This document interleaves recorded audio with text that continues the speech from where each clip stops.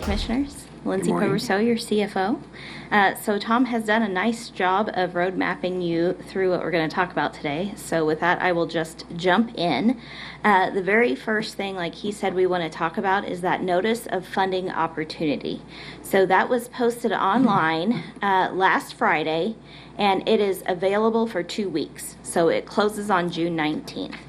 We very, very, very much want community responses, and so we are trying hard to get the word out about that and promote it and get responses. As of last night, we had 15 unique entities that had responded to that needs assessment.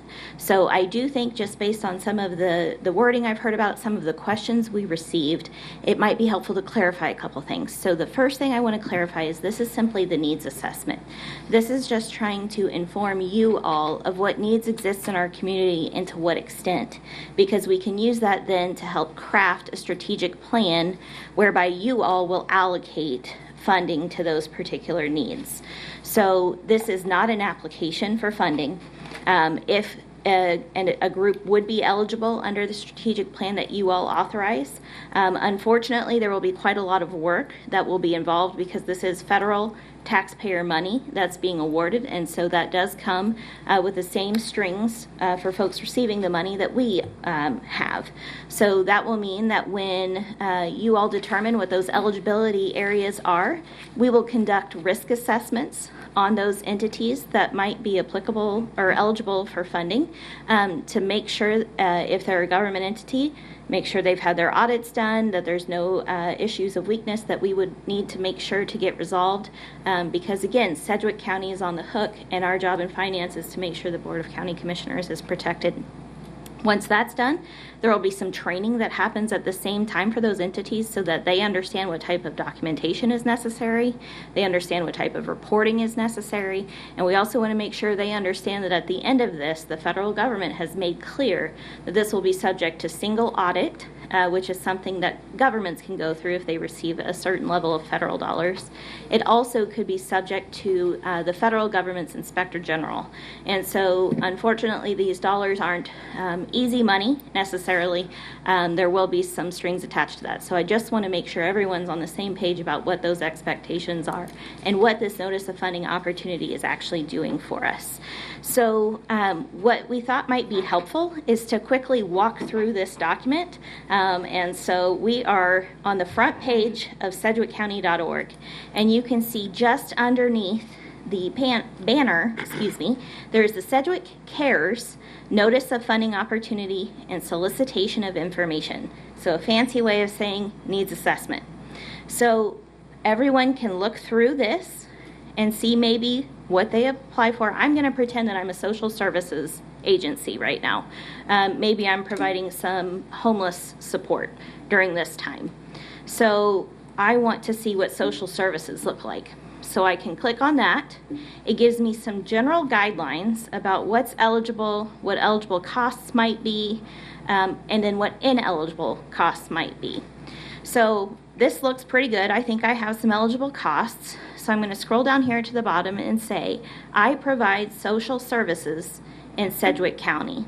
That is going to take me to the front page of several pages of our needs assessment. So our entity or organization name for this one, I'm going to be the LPR Enterprises, because I am really creative. LPR? Yep. You're good with these acronyms. I am good with the acronyms, aren't I? I've worked in government for a minute.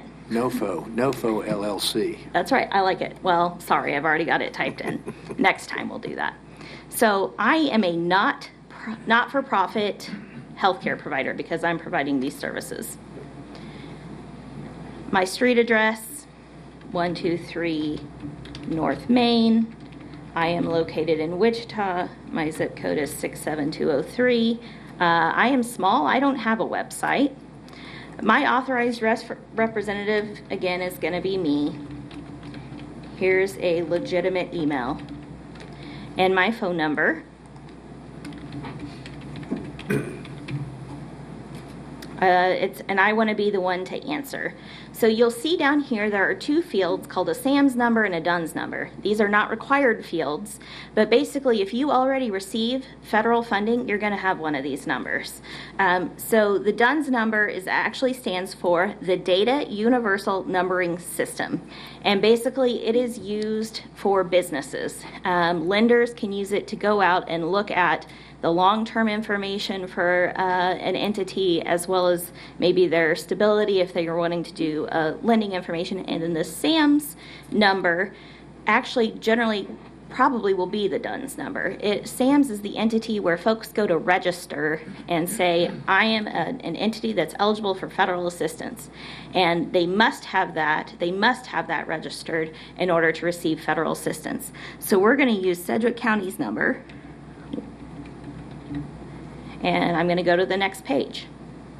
Have I pursued FEMA public assistance? Not yet.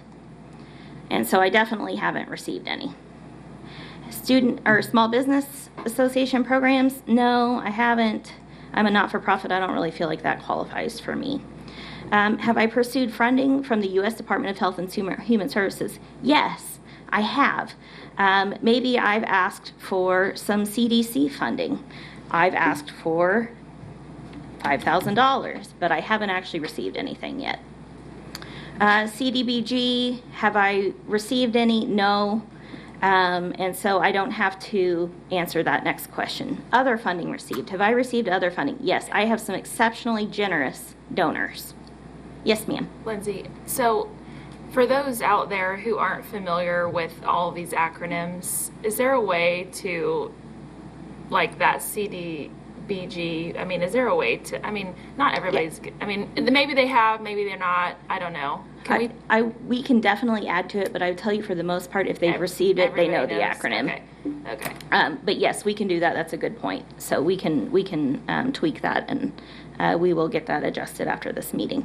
So again, I have some really, really generous donors who have given me $50,000. And so who are those sources? Just individuals. I'm not going to name them here. And I don't have to, because this is just a needs assessment. David Dennis. Okay. Okay, so here's where we get into a little more specific information where we need good data. Because one of the big parts of this is going to be, was it eligible for CARES funding? Is it a cost that's incurred between March 2nd, 2020 and the December 30th, 2020? Was it included in the 2020 budget or not? And I've forgotten my third requirement. Oh, COVID related, of course. So date of the annual budget. Well, we're going to pretend that they did what Sedgwick County did and adopted it on August 14th of last year. Our total budget for what we provide is $800,000. We have 10 employees. We thankfully have not had to furlough or lay off anyone. And we have about half of our staff who have been dedicated to COVID-related work. So have we experienced closures? No. But maybe we've adjusted our hours of operation to try and limit the impact. So yes, we've operated from 8 to 12 p.m. each weekday instead of the normal 8 to 5 p.m.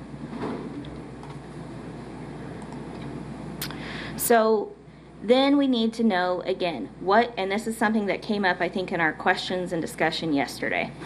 So the left column shows costs that have already been incurred. What do they think they would be eligible for to get reimbursed for today? The column on the right says, tell us what you think your future costs will be through the end of December. Again, this will be very valuable information for commissioners to use in setting your strategic plan and identifying how many dollars need to go to each pot of funding depending on what it is, and also help you get those dollars to the highest priority areas. So the costs for expanding existing services, well, we haven't been in the position to do that. And I don't think I'm going to expand services. We've got enough on our plates just dealing with what we've got. If I've done food assistance programs, sure, I've been trying to get some boxed meals out and things. So I'm going to say I've spent $10,000. We have another 6 months left. So I am projecting to spend another $20,000 because I think this is a really good program and it's working really well. I haven't done any workforce development. I haven't done any crisis counseling. We have spent a little bit money on mental health services, but we've had other areas of the community maybe that have stepped up and provided some of those services, so I don't think I'm going to have any additional costs for that going forward. And I don't have any governmental assistance to report right now. Protective measures, yeah, we've put in maybe a couple screens to protect. We're not going to have any more costs for that. We bought some masks, but I think we're good on that. We spent $50 to get it installed. Now, disinfection costs of service areas. I have done that, and I know that that's going to be a critical part of keeping this up going forward. So I'm going to say that I think I've spent $500 to date. I'm going to keep up the same level of what I'm doing, so I expect to have another $2,000 through the end of the year. I haven't leased anything. I haven't had to have IT, hardware or software to do what I'm doing. This is mostly in person. Now, other costs, maybe I've done some other adjustments that weren't identified above. So I'm not going to tell you what they are because I don't have that ability, but I am going to tell you that I've incurred those and I have other costs. And when it comes time for eligibility in an application, I'll be able to explain that. I'm not a robot. Oh boy, this is going to be exciting. And ta-da! I will now, at that email address I entered, get a bounce back that says, thank you for having responded. So this is not necessarily an arduous process. We're not asking for documentation or details at this time. This is literally just to give you all the feedback that you need in order to make good decisions about how to allocate those funding and get it to the right spots. So this will be used to put together that strategic plan. We again hope to come to you with some recommendations that first week of July on what core program areas would be. Again, recommendation is to have 3 or 4 core program areas, as well as a strategic reserve, because we know we're only in June. This money is supposed to last us through December 30th, and we know, unfortunately, the rules continue to change. And so we want to make sure that we're in a position to be able to respond to that.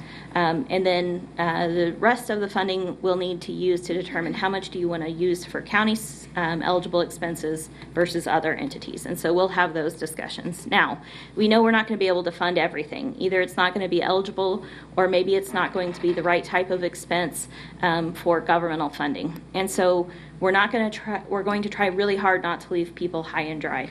So at the same time we come to you with a strategic plan, we're going to come to you with 2 other resources. That first resource is going to be a consolidated list of every resource we can find for help. Private, public, it doesn't matter. We're going to try and assemble it in one spot. So maybe the county's not in a position to help, but maybe somebody else is. And so we want to make sure that we're connecting folks to those resources.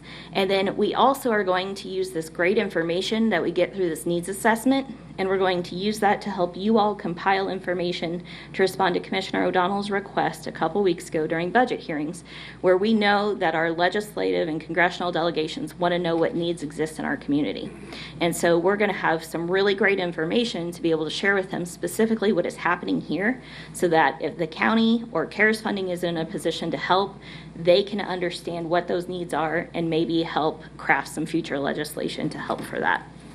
If folks have questions about what we just talked about, we have 2 ways for them to get information. The one we prefer is our email address that's been set up. It is Sedgwick Cares, all one word, at sedgwick.gov. And that way we can make sure we're tracking the information. We can use this as a venue to provide answers for the frequently asked questions we're getting, and we can monitor what's happening and be able to report that more easily. The other opportunity would be to call 660-7148, and that is listed in our press release, so that folks, if they just want to ask a quick question, are able to do that. So those are the 2 ways we would like to receive questions. I would encourage you all, if you get questions, please to direct them that route, so that we can make sure we're giving the same consistent advice and counsel to folks. And I had a couple of questions yesterday, one from the city administrator in Park City who was filling out the form, and he asked about if he closed out because he didn't have all the information, if he would lose all of his data. And that is the case. They will lose all of their data once they've filled this out. Is it better for them to stop and try to answer a question or should ask questions and get answers to be a little more accurate, or we want them to go and just do the best they can and maybe ask the questions later, and you'll resolve, if you will, any concerns they have on things they're not certain about?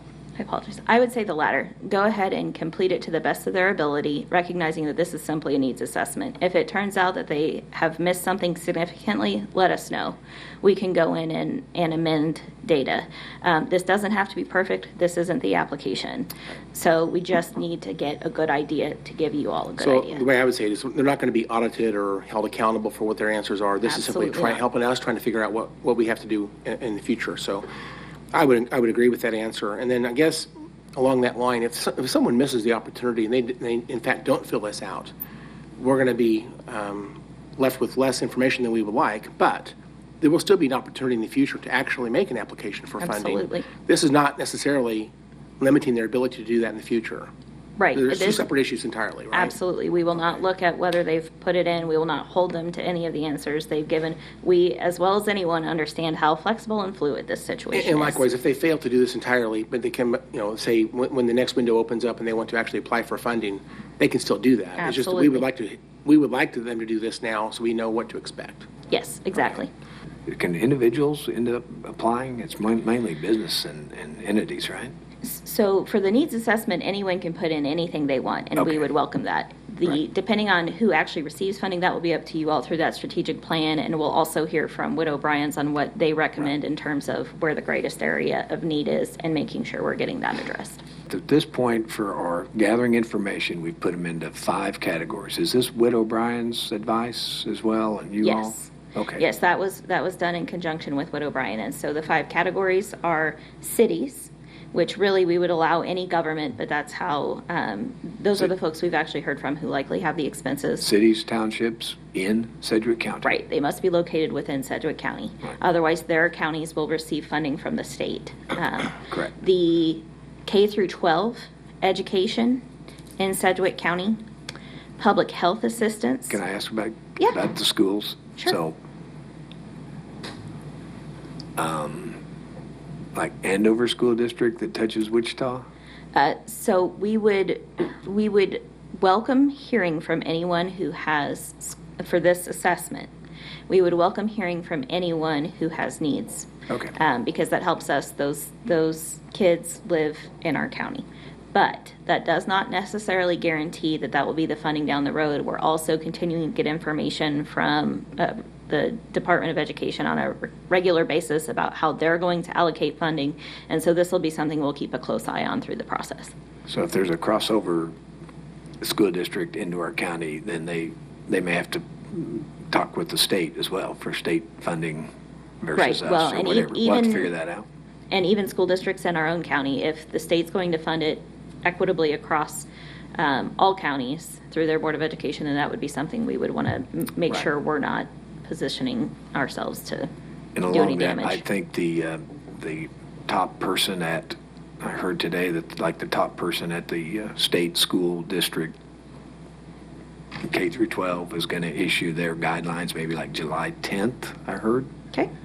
So I think we're in process of watching this. It kind of falls in our timeline. So the next category is, Public health assistance. who would that include? So- Examples?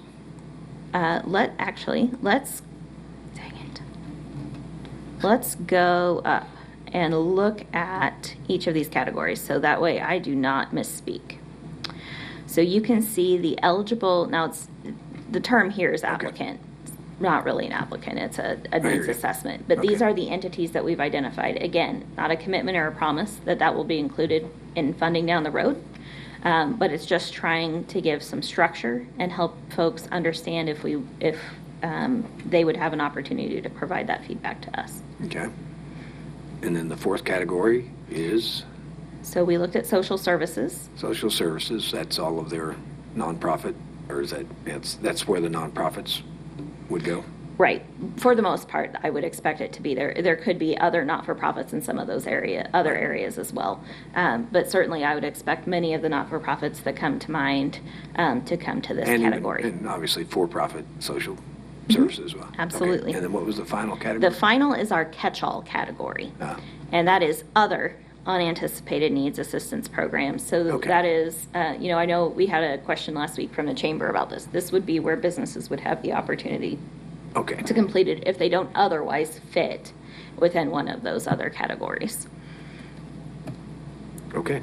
That's my questions. Thank you for the presentation. It's really helpful for all of us. And I think it's important that as much as we want to try to help individually, we got to make sure that we follow up with those questions to send them to our Sedgwick Cares at sedgwick.gov or the phone number 660-7148.